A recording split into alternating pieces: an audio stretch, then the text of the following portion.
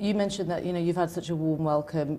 You were aware of some of the boos last night, weren't you? You have talked about that. Just tell me how that felt. I mean, there were people that had been taken out of the stadium as well. Tell me if you were aware of it in that moment and how you felt. Yes, I was aware. I heard those booing and everything, and there was a moment of like a wow effect, like a little shock. But a few seconds passed, and I looked for the flags, of the people who love me. Noam Bettan, welcome to Eurovision. Hello, thank you. Huge congratulations on the semi-final, getting through to the final. What does it feel like? Just give me a sense of like. Wow, I had an amazing time on stage. I think this whole Eurovision, it's one of the most fun experience I had in my life, actually.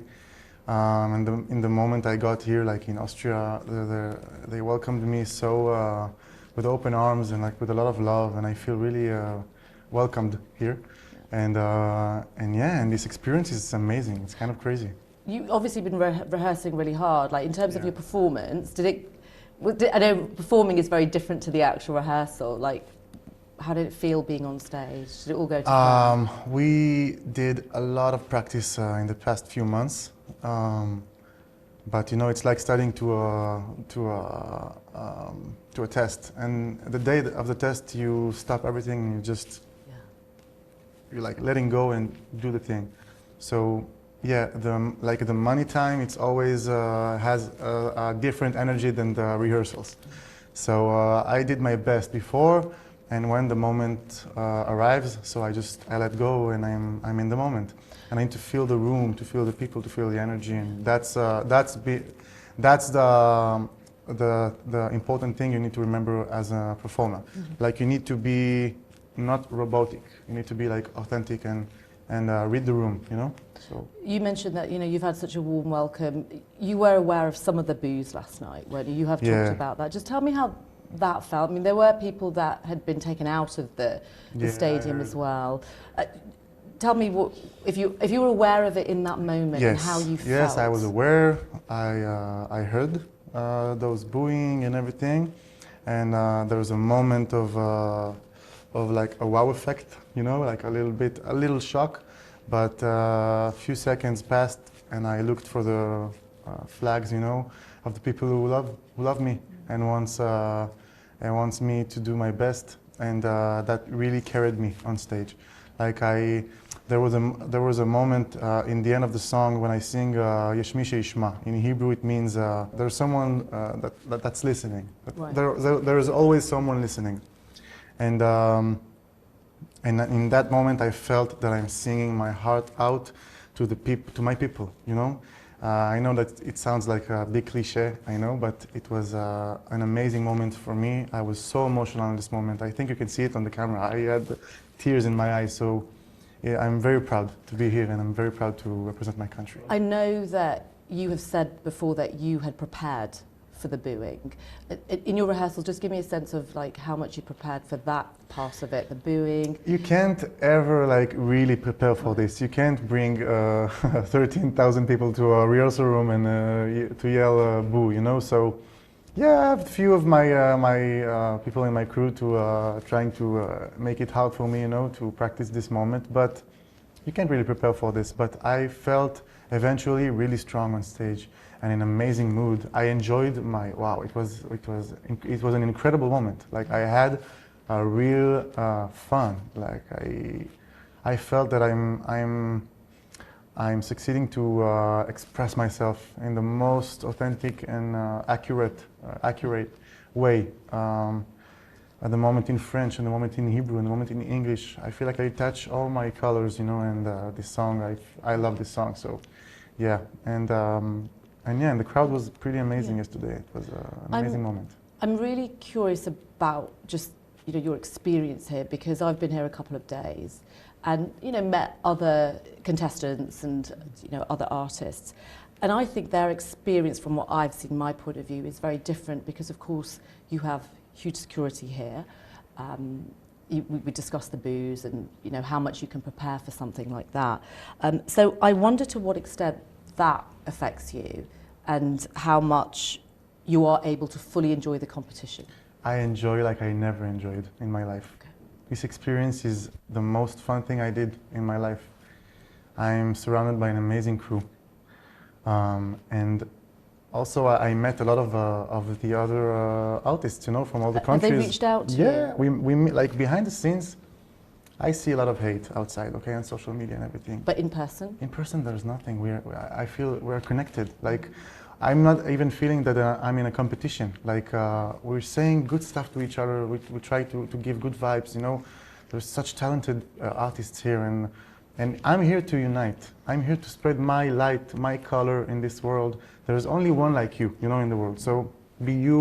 Like, I'm trying to be myself, my most authentic version, and to spread my light and my love here. And again, there's a lot of hate outside. I'm not looking. Is that how you look at it? I look at the bright side. But is that how you look at it, the hate? Is Yeah, that a I strong see word? that people talk, but people always will have something to say, and it's part of being an artist. Also, that's the thing. But I want to say also, like, I really hope that next year all countries could be here, and all countries could sing and could give love and stop with this hate, you know, and those politics. And I'm not familiar with those kind of stuff. I was never a person that is connected to those kind of stuff. I'm just here for the first time in the Eurovision, trying to do my best, trying to spread my love, and whoever wants to take it with open arms, I'm here, you know. I was going to ask you about the other countries that aren't here. Obviously, you're aware of the boycott and how you factor that in, how much that weighs on you. I think it's bad for them. Like, they are losing the opportunity to be in this amazing experience. So, again, I'm full of hope that next year they could be here and they could sing and they could spread their light. You know, I don't know. I'm just trying to. You're trying to be positive unite. about it. Yeah, because I'm a kind of person like I have always been.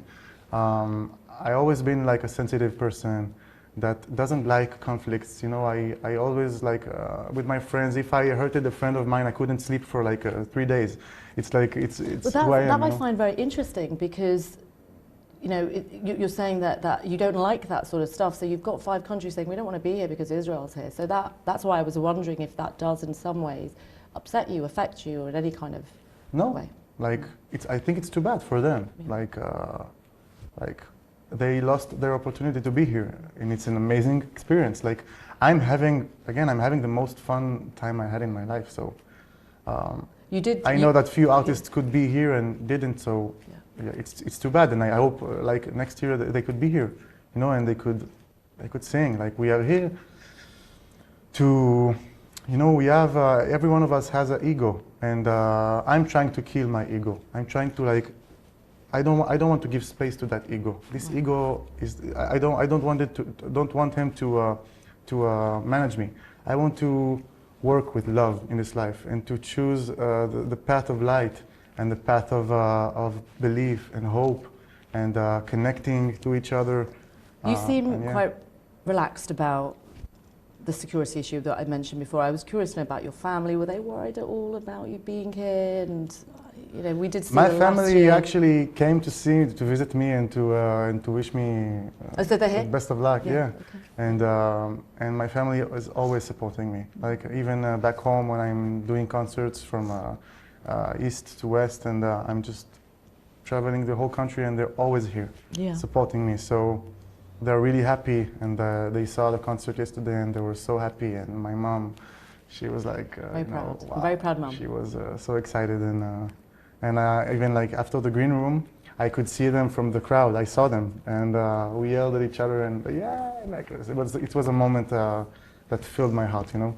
So, the other thing I wanted to ask you, obviously Israel was warned earlier this week by the Khan was given this formal warning by the EBU over the votes, the videos put out by you guys, instructing people to give the full 10 votes to you. Do you think that warning was fair? Actually, telling like the very truth that I'm not really like familiar with those kind of stuff, but I know that Khan worked by by the rules of the EBU, but I know that in the second, like the EBU told us something to erase that, or they did it instantly. So So yeah, I think they're managing it, but I think that they went by that's how you say it. They went by the rules. Yes. So they listened to the rules, and the second that there was a problem, just they raised it. So yeah, but I'm here to sing. You know, yeah, I'm not like into those stuff because I'm not really familiar with that. I don't really.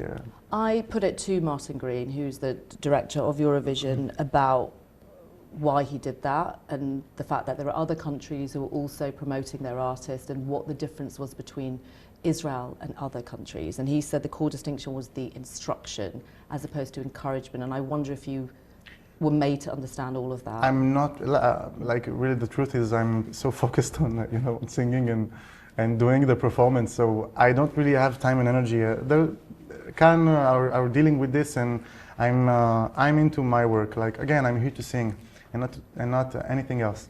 So is Israel playing by the rules?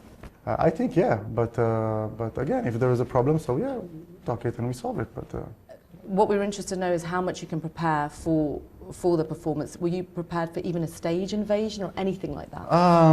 I'm just counting myself and my crew, you know, to give the best performance at the real time. And there's always something to learn. Like every experience on stage has a new thing for me to learn, you know. So I'm trying to improve every day, every time. Like after a show, I'm trying to improve. But eventually, I'm like learning and learning and learning. And when the money time comes, I let go and I just go on stage and there's only much letting God to guide me, you know, and try to trust myself and enjoy the concert. Yeah. Thank you, Noam. Thank you so much. And best of luck with the final.